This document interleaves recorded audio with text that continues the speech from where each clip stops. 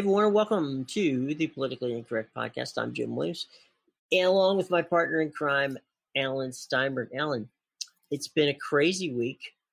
For the first time in the history of the country, the President of the United States, when asked a simple question, which is basically a layup, will he win, lose, or draw, accept the results of the election and basically be part of peaceful transfer in election. And he said no. He said I'd have to wait to see what finds out with the ballots. And it's like, okay, he didn't specifically say, we're assuming he meant the mail-in ballots, because otherwise, if it was just ballots, then everything would be gone. But this is not normal, and it's also, we've said this before, but I honestly mean it. This is frightening. After I read the Atlantic magazine article, and I had seen the Trump press conference on Wednesday where he would not commit to a peaceful transfer of power, I couldn't sleep Wednesday night. I have never had this experience in politics before. My life has been in politics now for 40 years, and I've always been able to basically put out of my mind when it's time for me to go to sleep the political ups and downs of the day. But this night I couldn't go to sleep because I felt that for the first time in my life that democracy in America is imperiled. Now, there's a deeper story here. Unless Joe Biden has a meltdown in the debate on Tuesday night, this election is basically over. There's no way that Trump can win in a fair and free election. Right now, the polls are terrifying for him. He is behind in the Fox poll, and he used to venerate Fox, and now he hates them because of these polls. He's behind in a Fox poll in Ohio today by 5 points. He's running about even in Texas, and these are states that he had banked. He's short of money. So he has to spend money on states that he had considered in his pocket. He is really, in terms of Biden, in a terrible electoral college position. Biden has pretty much locked 269 electoral votes. And as I said, as long as he gets through the debate all right, and I'm confident that he will, this election's over unless Trump steals it. Now, how does Trump plan to steal it? He plans to steal it in the exact manner that Atlantic magazine prescribed. Barton Gellman wrote a classic piece.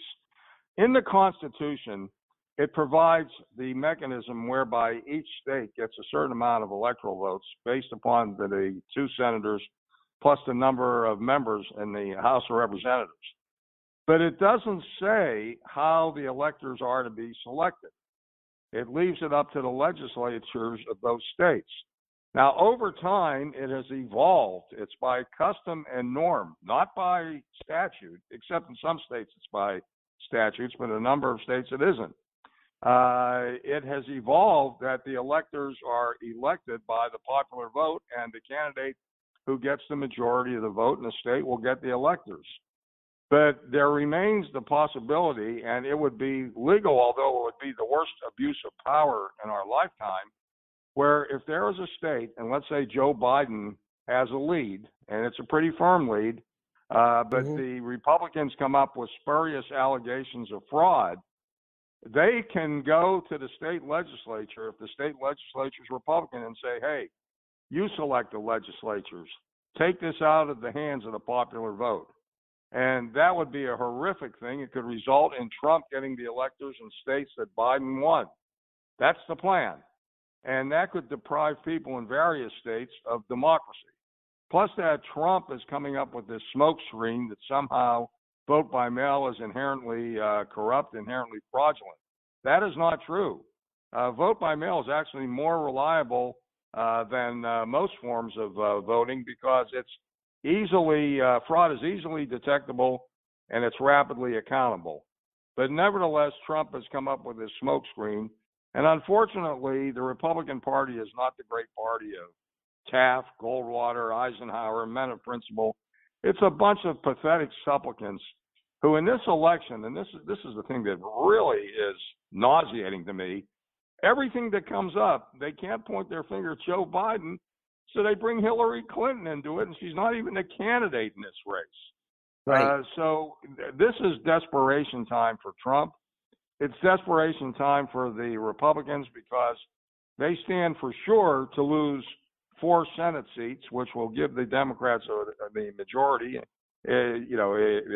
Basically assuming that Biden wins the presidency, because then Kamala Harris would break the tie. There's a few other seats now that the Democrats may win. They may win the Senate seat in Mississippi with Mike Espy. I would love to see that because Mike Espy is an African American, served in the Clinton administration. This is shaping up as a possible, I say possible, not definite, a possible Democratic landslide in both the presidential and Senate races. So you're going to see Trump do some crazy, desperate things. Let me ask you, now again, we're talking about the Electoral College where you need 270 votes to win the election. It's how President Trump won his election in 2016 because Hillary Clinton beat him by 3 million votes in the popular count.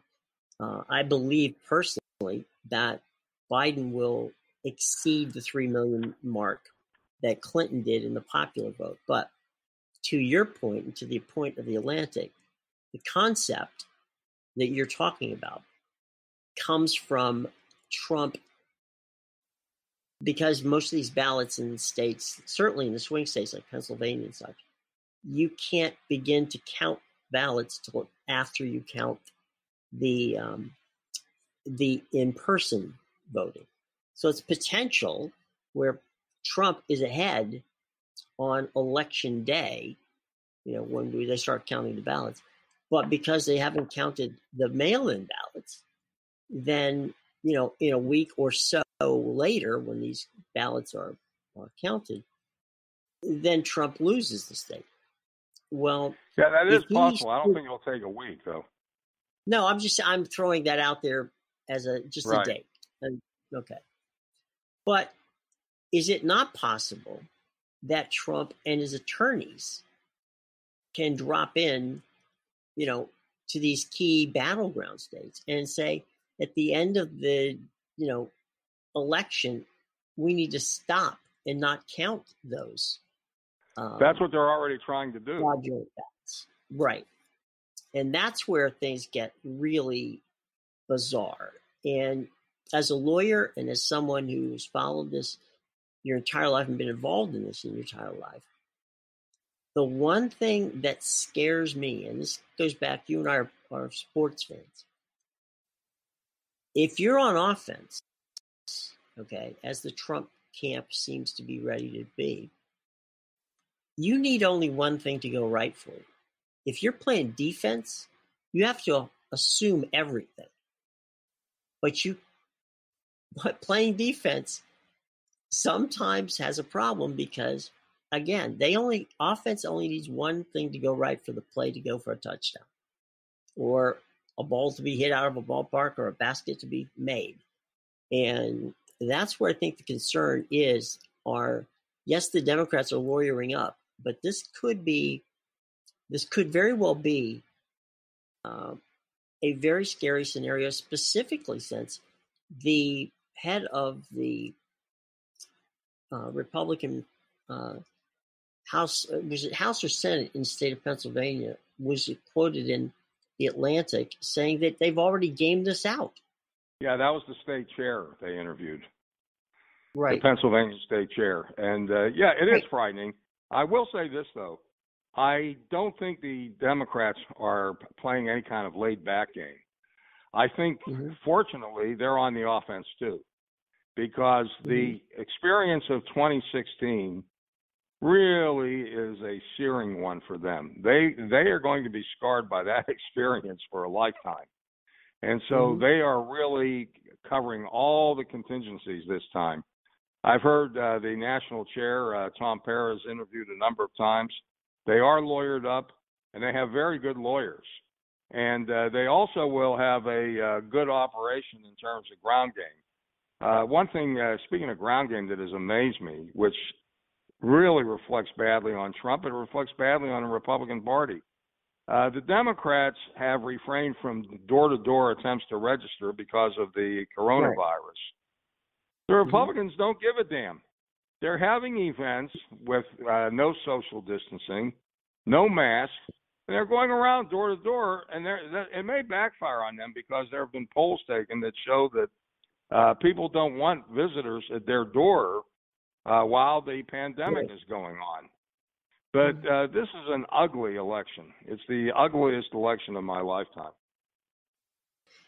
Let's talk a little bit about why President Trump would be the first president elected to a second term again who lost the popular vote. Let's talk a little bit about, now Marco Rubio, to his credit, has introduced a bill saying that the electors, which you spoke about very eloquently earlier, on December the 12th, to do just as you said, to elect the president via the Electoral College. The bill that Rubio is putting out there would extend that date to January 4th in an attempt to make certain that every ballot be counted and that all of the supervisor of elections on state levels can ratify the vote. Because of the pandemic, obviously, we're going to have a record number of mail-in ballots. So I think the Rubio bill would be fantastic if they can get it by, but I'm not even sure they can get it passed. I'm not sure they'll get it passed either. I do think this, although I could be wrong, the counts of vote by mail always goes quicker than people think. I know this from my New Jersey experience in the primary election this year. I voted by mail, and it went fairly quickly. I'm worried about one thing. In Pennsylvania, they have a problem with what they describe as 100,000 naked ballots that could be thrown out. That's a lot of ballots. Right. And the reason they could be thrown out is in Pennsylvania, and it's the same thing in New Jersey, except it didn't become a problem here. When the voter receives in the mail his or her ballot, it has the outer envelope, which is the way the ballot gets to the home. Sure. It's got a return envelope, which is which is stamped. Right. So that you can send it to the polling place or the place where, I shouldn't say polling place, the place where the ballots are to be mailed. And there is another envelope which you must place the ballot in, and that's called the secrecy envelope. That keeps your ballot secret, and it's not opened until the count starts. And the person knowing it will not know the identity of the person who sent it.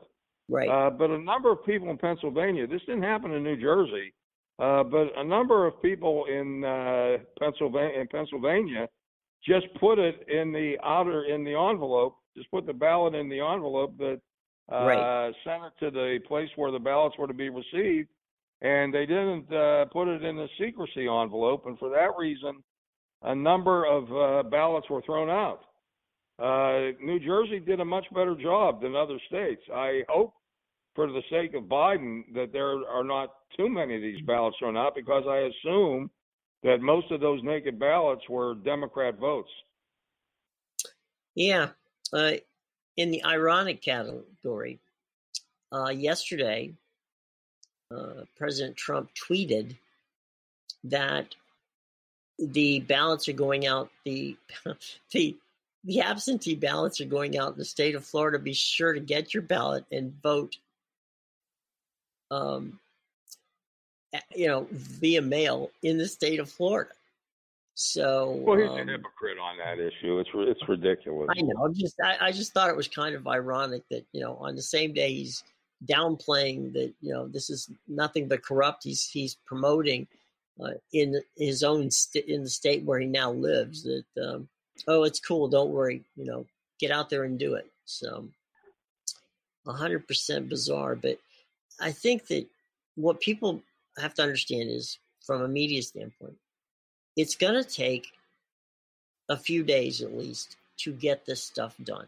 Now, just because you don't know within 24 hours who the next president of the United States is, doesn't mean that any hanky-panky has gone on. It just means it's taken a while to count. So people should not freak out if that, because that's going to happen. So you just have to hold your breath and hold your state legislatures accountable, because that's where it's going to come down. It's going to come down to your supervisors of elections and the trust you have in them getting it right. Now, as you recall, in 2017, because President Trump made the allegation that there was as many as 3 million votes that were invalid, he opened an investigation. And there was a congressional investigation on this in 2017. The upshot of that 2017 investigation proved that there was less than 0.5% of the ballots in the United States cast in 2016 were illegitimate. So there's no voter fraud. There wasn't any. And this is and Christopher Wray testified, the head of the FBI, testified that voter fraud is minimal in this country, and to influence a national election by voter fraud would be a monumental challenge. These are my words coming up, not his. I don't think the mafia could pull this off. I mean, it would really be a monumental challenge. Even the Russians. The one worry I have about in the future is that I think the most efficient way of voting would be if we could have nationwide online voting, but that's something that foreign powers could hack and interfere with. That's the problem there. Yeah, no, 100%. Someday that's going to happen, but it's problematic. Yeah, at the moment, for sure.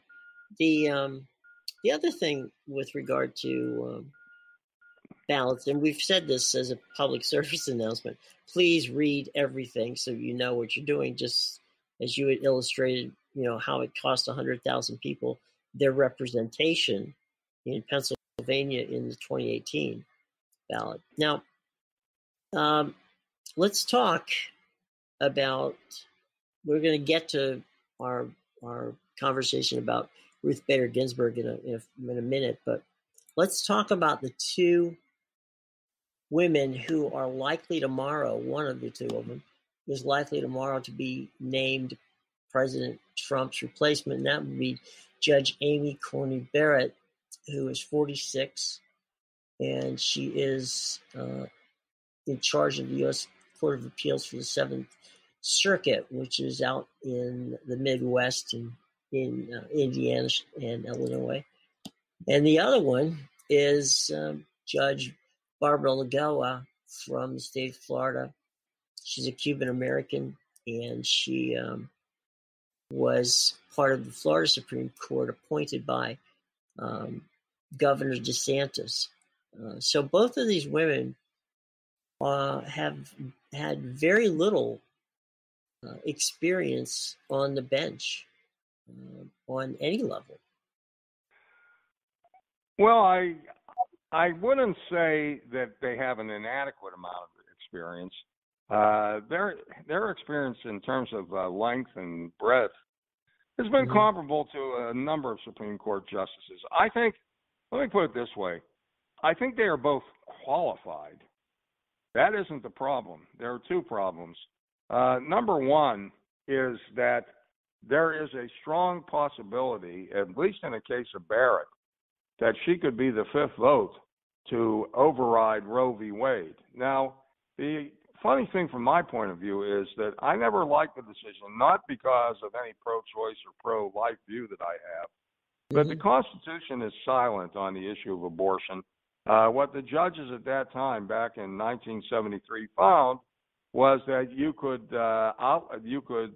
prohibit any state from, you could prevent any state from prohibiting abortion based on the fact that there are certain what they call penumbra of privacy in the Constitution that would give women that right based upon their right of privacy. I always had a question about that. However, Roe v. Wade has been around now for almost 50 years.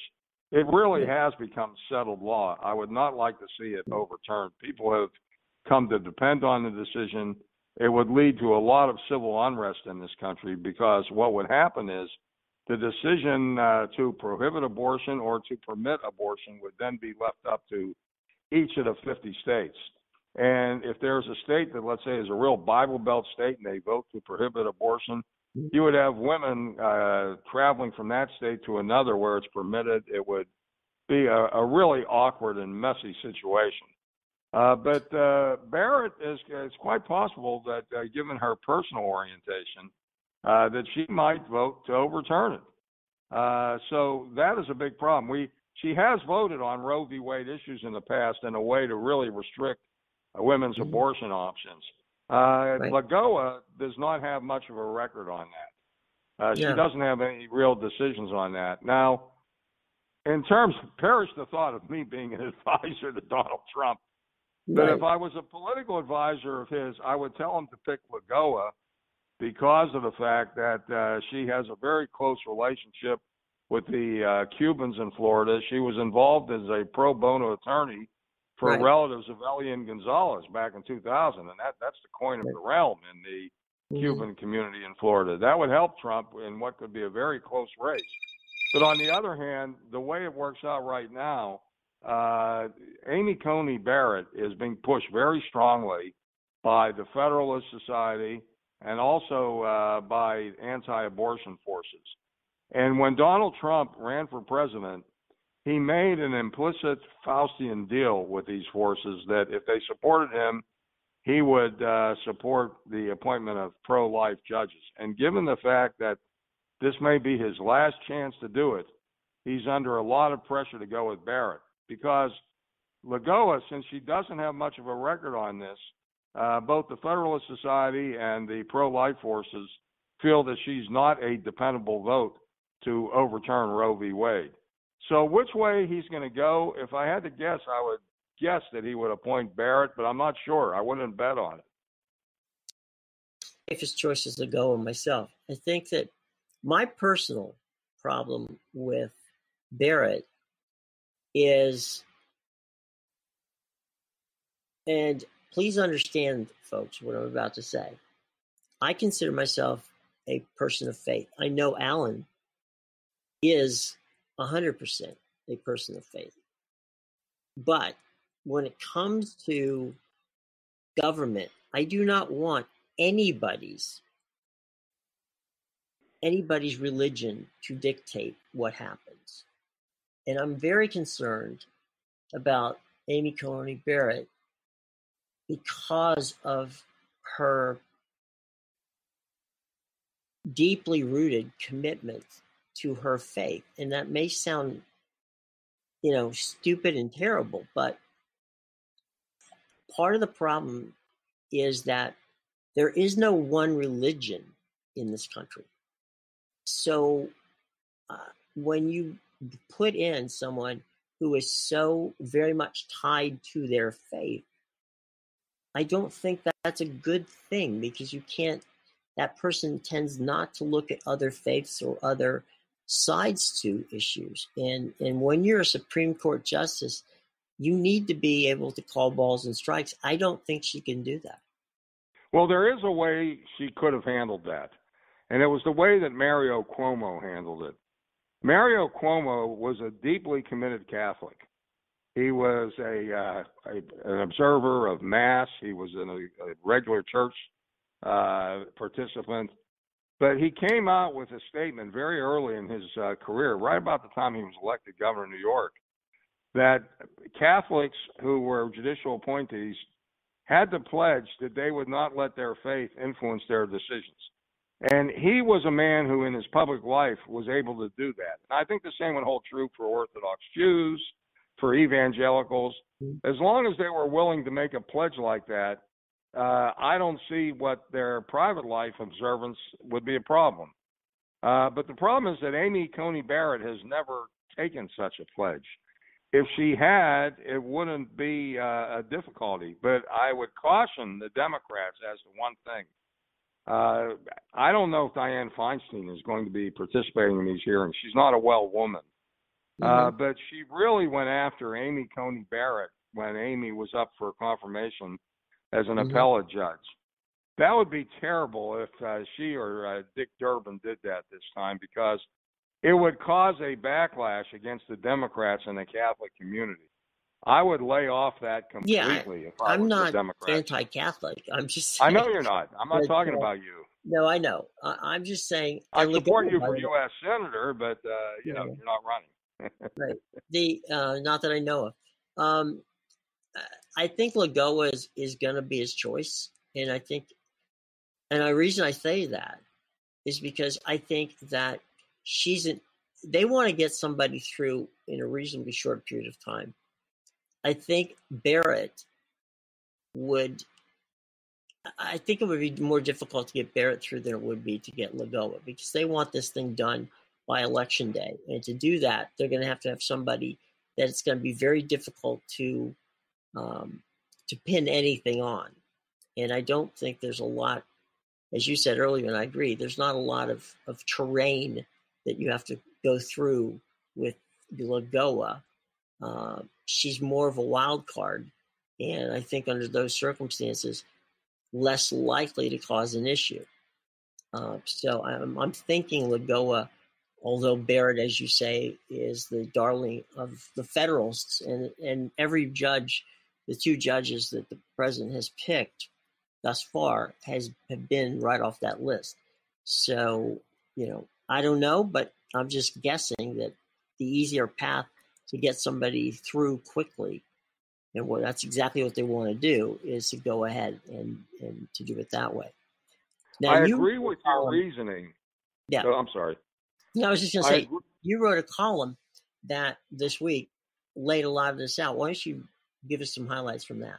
Well, let me follow it up with something I didn't get into in the columns. I had a lot of terrain to cover. Yeah, that's true. I agree with your reasoning completely, that they want the nominee that will cause them the fewest problems and that they can get through quickly. But there's a wild card on this when it comes to Lagoa. Amy Coney Barrett has already been vetted substantially before the hearing last time by the Trump administration. So there aren't going to be any surprises, and any vetting is just any check they do, any security check will take a very rapid amount of time. I don't know if Lagoa has ever been vetted before by this administration. She may have been vetted previously in the Bush or Obama administrations, but they have not yet really vetted Lagoa yet, and so they don't really know if they're going to come up with something. I heard one thing which I don't think is a problem, but it's an example of what I mean. So she was one of the judges involved in the Jeffrey Epstein plea. I don't know the exact circumstances, and I doubt that there was anything untoward that she did. But you never know once you start investigating what you may find.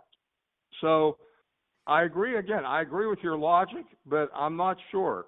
I really, on this one, I'll reserve judgment, put it that way. We're going to find out tomorrow afternoon. Yeah, it's not going to take long. Both these women, Lagoa's 52, Barrett's 48. These women are going to be on this bench for, 35, 40 years. I think so, yes. So that this is going to be a very important thing. Now, part of your column and part of the conversation that we haven't had is and by the way, with regard to Roe, I don't think, to me, the biggest concern is not the flipping of Roe. The biggest concern is the Affordable Care Act and killing pre-existing conditions. That, I think, is almost a slam dunk happening. Again, Roe, I think Roe settled law. What do they call it? Stare decisis? Is that what it's called in the legal business? Settled law. Yeah, settled law. Yeah. So But anyway, not everybody feels that way. Not everyone feels that way. I agree. But what I'm saying is that fight on Roe is not going to be the first fight they're going to have. And the first fight they're going to have is on the Affordable Care Act. And the Republicans have tried every which way but, that they could to get rid of it. And now, just after the election, there's going to be a potential that it goes away sometime as quickly as the first of the year. Well, that's true, except I will say this. Neither party can afford to see pre-existing conditions done away with. And Trump today, or was it yesterday, just came out with an executive order guaranteeing pre-existing conditions. I don't want to see, obviously, I am supportive of the Affordable Care Act. I don't want to see it set aside. But the long-range consequences would not be nearly as problematic as seeing Roe v. Wade overturned. That's why I didn't get into that too deeply, because if it was overturned, I think the Congress and the Senate would act very quickly to have a foolproof substitute enacted. And that could be done. Plus that, the executive order that Trump signed, I'm sure would be renewed by Biden. But Roe is the holy grail. That's the one that really involves deep-seated values. There are plenty of pro-life people that don't want to see the Affordable Care Act set aside. Right. The movement conservatives are much more focused on Roe v. Wade. And I think that, look, already in states around the country, okay, let's take Louisiana, Missouri, Alabama, for those 3 states, they have limited a woman's right to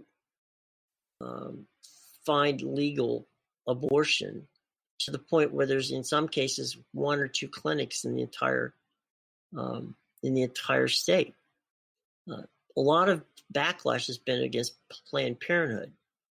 And what I don't think people realize is that Planned Parenthood, in these rural areas where many of the offices are, that Planned Parenthood is, in these rural areas, the number 1 place in the state where men actually find out that they have some sort of prostate cancer.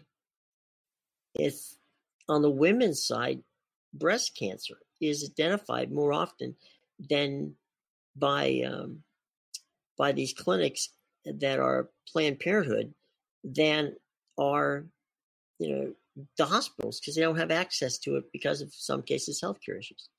So, I think that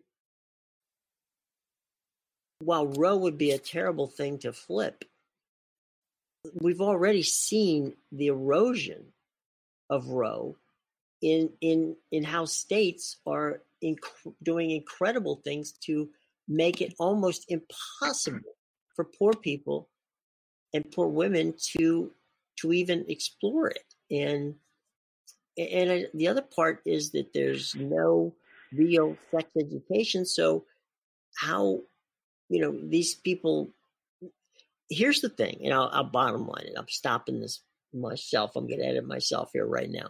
And that is, and I would like your perspective on it, that is that all of these states care more about the unborn than they do the born. Because in every one of the states that have the most severe laws against abortion, they also pay the least out per child in the state.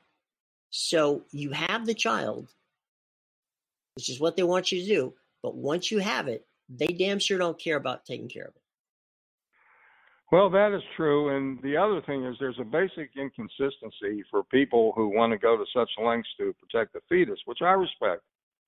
But at the same time, they may be the most pro-death penalty people in the world. Right. So life is life either way. Mm-hmm. The abortion issue has really become a cultural issue. Mm-hmm. And it's the most divisive cultural issue we have in this country right now. Mm-hmm. And it's not going to go away.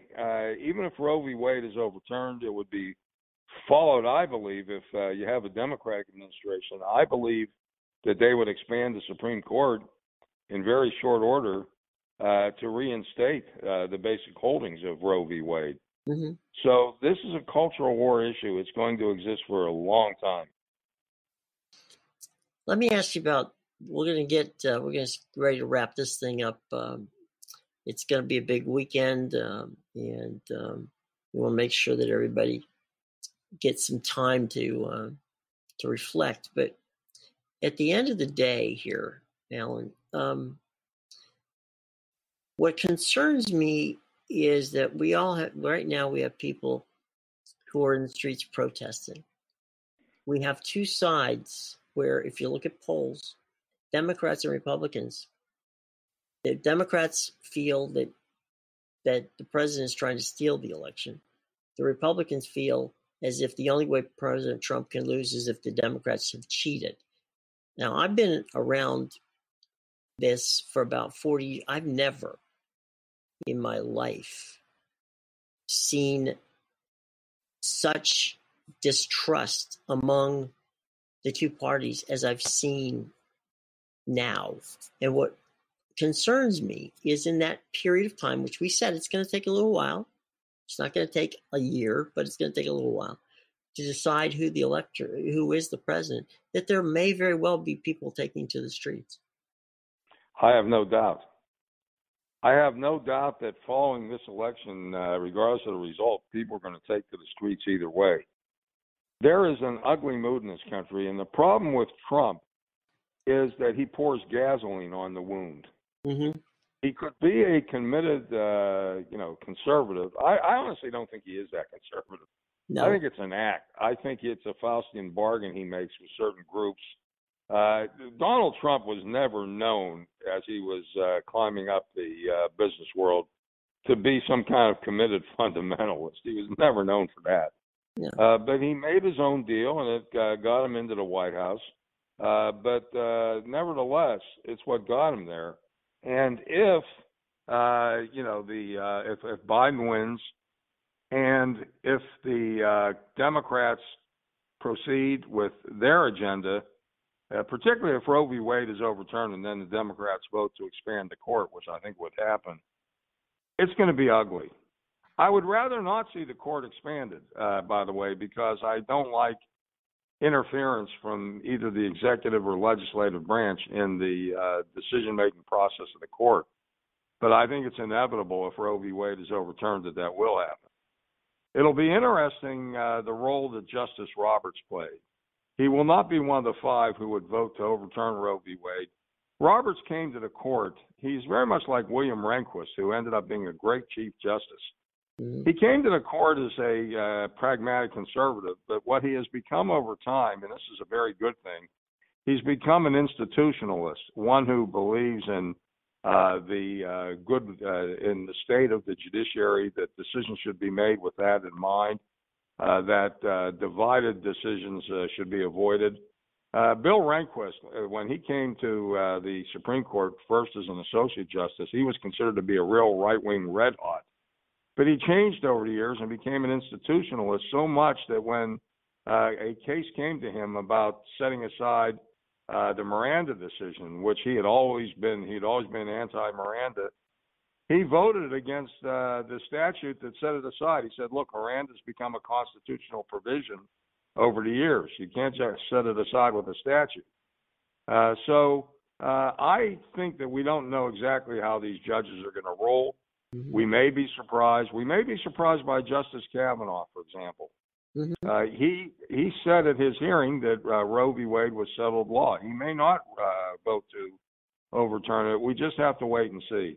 But I would think that when these judges get into their deliberations on a Roe v. Wade type situation, mm-hmm. I think Roberts would give them a stern warning as to the consequences of overturning Roe v. Wade. And I think he may get one or two judges to go along with him. Well, if you recall, and I'm actually a fan of Roberts because I feel that he is a fair man. I may not agree with all of his rulings, but I consider him a person who is very fair person. If you recall, not that long ago, the Republicans and the president was mad because, for all intents and purposes, in the first kick at the can, it was Justice Roberts who sided with the more liberal side of the court to protect the Affordable Care Act, and he basically, in his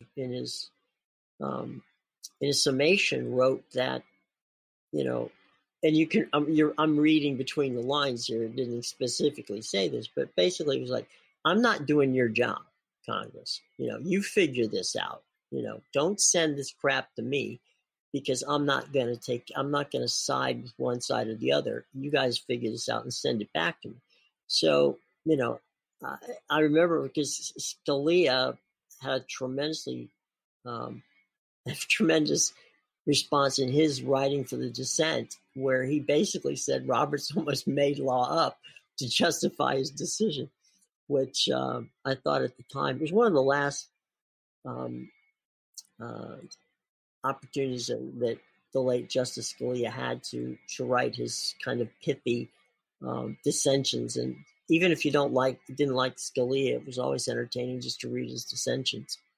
But we'll see. I mean, we will definitely see how that plays out. It'll be very interesting. Well, that's why Scalia was an originalist, in a very good way. He believed that constitutional provisions and statutes should be interpreted in accordance with the intent of the framer. Right. And that's a very defensible philosophy, and he was entertaining. That's why he and Justice Ruth Bader Ginsburg were such good friends. They traveled together. They went to the opera together. And civility in politics and judicial decision-making is a wonderful thing. And I'm sorry that civility has gone out the window in the era of Donald Trump. Okay, just before we get to Ginsburg, real quick, and you just brought it up. This week, I put together a column, and it basically was about civility's dead. Is it dead forever? And I think it's going to take at least a decade to get out of this mess that we're in right now.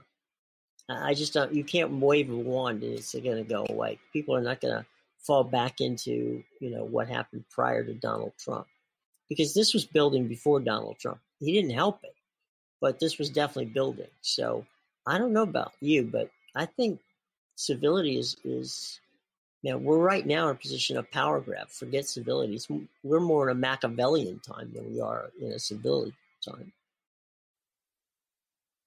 Well, I tend to agree with your analysis, but I do believe that there are men and women of goodwill who will make an effort to restore civility, and I'm hopeful that it will take place over time. How much time, I don't know. I'm with you on that. I mean, there are people, and there are better souls out there. Hopefully, my jaded concept of this is bad, and maybe I'll be proven wrong. It wouldn't be the first time I'd be proven wrong, and it won't be the last. Okay, as we wrap things up, let's have some final thoughts. The first Jewish woman, the first Jew, as a matter of fact, to ever lay in state in the Capitol, which is going on today. The notorious RBG, Ruth Bader Ginsburg. What an incredible, incredible woman, regardless of whether you're a Democrat or Republican. This lady helped many women and men in her work, first as a trailblazing attorney and then as a judge in the district court in the District of Columbia, and finally a judge in the Supreme Court. Your thoughts on Ruth Bader Ginsburg? She was a remarkable woman who achieved a great deal under challenging circumstances, by the way. Her husband, for many years, was ill with cancer. She helped him survive and thrive. She was a remarkable mother. She had to transfer law schools. She started off, I believe, at Harvard and had to transfer to Columbia due to his illness. And when she first applied for a job with New York law firms, they would not hire a woman, especially one who was a mother. But she overcame all that. She always would represent cases and causes that nobody else would. She had excellent relationships with judges on the Supreme Court who had vastly different philosophies. When you talk about civility, she was it. She formed friendships, for example, with a person like Justice Clarence Thomas, who had a philosophy at very great variance with Ruth Bader Ginsburg, and as I mentioned before, a strong, almost kinship with Antonin Scalia. So there's so much to be said for that. I think that in view of all the turmoil and division that is going on in the nation now, it was a wonderful thing to see people come together and go and pay tribute to her. I think it was a very honorable thing. Absolutely. One real quick Ruth Bader Ginsburg story that I can relate. I have a couple, but I'll do one. And that is, I went to Nationals Park a number of years ago to cover a sporting event there, a baseball game. And as I had come around the corner and was on the field, there was 3 Nationals players with their backs, to me, talking. And I could see that they were talking to someone, but I couldn't see who they were talking to. So as I got closer, I realized that there was this small woman standing there, and it was Justice Ginsburg. And she was such an amazing, big time. She and Scalia used to attend Nationals games together. Scalia was a big Yankee fan. Ginsburg, more of a Dodger fan, although she became a Nationals fan. And she was just basically talking baseball with these guys, and they were asking her about the Supreme Court. And here I am sitting there going, this is amazing. Here's a justice of the Supreme Court who loves baseball so much. She's asking these players about, specific situations, and they're turning around and talking to her about, what's it like to be a member of the Supreme Court and all. And it was just a very tender, warm moment where you're just going, this is just what America is all about. People having a conversation, and in this case, professional sports athletes having conversations, but they were so engaged with this woman. She had that kind of personality that just transcended generations. No, I agree 100%. That's a wonderful story, Jim, and it's one that's hopeful that people can relate to each other in a way like that transcends differences in society and differences in culture. Well, I promise to get you out of here, and I'm going to. Alan, your social media, but first, before that, real quick, this is a very important next few days in the Jewish faith, Yom Kippur, and I just want to say to anyone out there, if I have offended you or upset you, I hope that you will get it into your heart that to be able to forgive me. The same to Alan. If I've done anything or upset you in any way, I apologize, my friend. I wish you nothing but the best.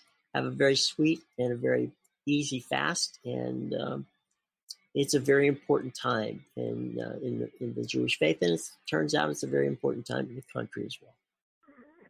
Same to you, Jim. I ask your forgiveness for anything I've done wrong, and same to all the listeners out there. If I was to beg for forgiveness for all those I may have done wrong, I would be on the show till about 2 in the morning. So I do ask everyone's forgiveness, and may we all have a good, sweet year. I'm with you on that. We'll be back with more thoughts right after this. At BMW, we know leaving the road wasn't easy, but anticipating our return taught us to appreciate every drive. The exhilaration of the ultimate adventure. Moments spent with your favorite co-pilots. And the freedom to explore just because. Our time to rejoin the road is finally here. Hey everyone, welcome back to our little podcast here. Now, if you're not one of the over 35,000 people who've taken the time to subscribe to the podcast, well then, first of all, shame on you. Second of all, we are accessible worldwide, and I know we have people all over the world who listen to us. You can find us at the Apple Podcast Store, same at the Google Play Store. You can find us at Spreaker, Stitcher, Spotify, as well as, of course, TuneIn Radio, iHeartRadio, and YouTube, to name a few. If you happen to have an assistant device like Alexa or Google or Siri, all you have to do is say, "Hey, Alexa, please play the latest edition of the Politically Incorrect Podcast with Jim Williams," and it will play it for you, okay? One last thing I'd like to say before we move on, and that is we're very happy to be now part of the Amazon Music and podcast family. We were invited to do that, and happy that they were more than gracious to have us as part of their family. So we just joined that group too. So yet another place you can find the podcast. Okay, now we are about 40 days out from the election. I received my mail-in ballot yesterday. There is a number of things, and Alan went through it for you earlier, with regard to what you need to pay attention to make certain that your vote counts. It really boils down to this.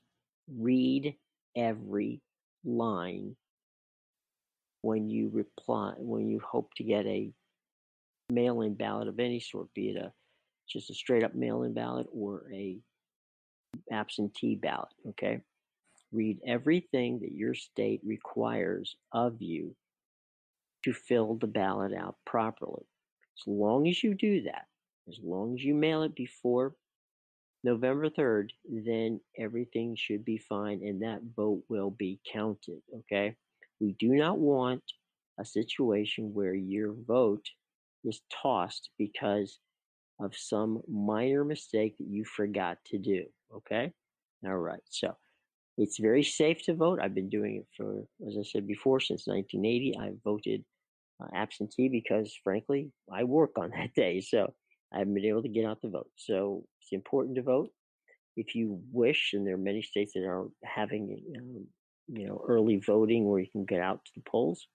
If you can do that and you feel comfortable and you can be social distance and wear your mask, by all means go out and do that as well.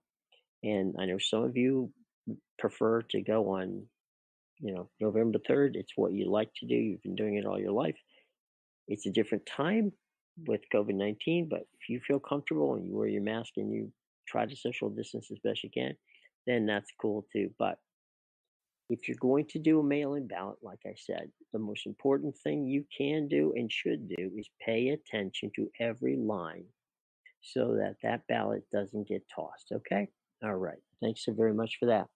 All right, for Alan Steinberg, I'm Jim Williams. All of the information on how to get in touch with us via our social media and email and Facebook and all kinds of great stuff is in the show box below. Be sure to check it out, all right? So until next time, I'm Jim Williams for Alan Steinberg, for the entire team here at the Politically Incorrect Podcast. I just want to wish you a very safe, a very happy, very sweet new year. We'll catch you next week. Take care. And by all means, be well.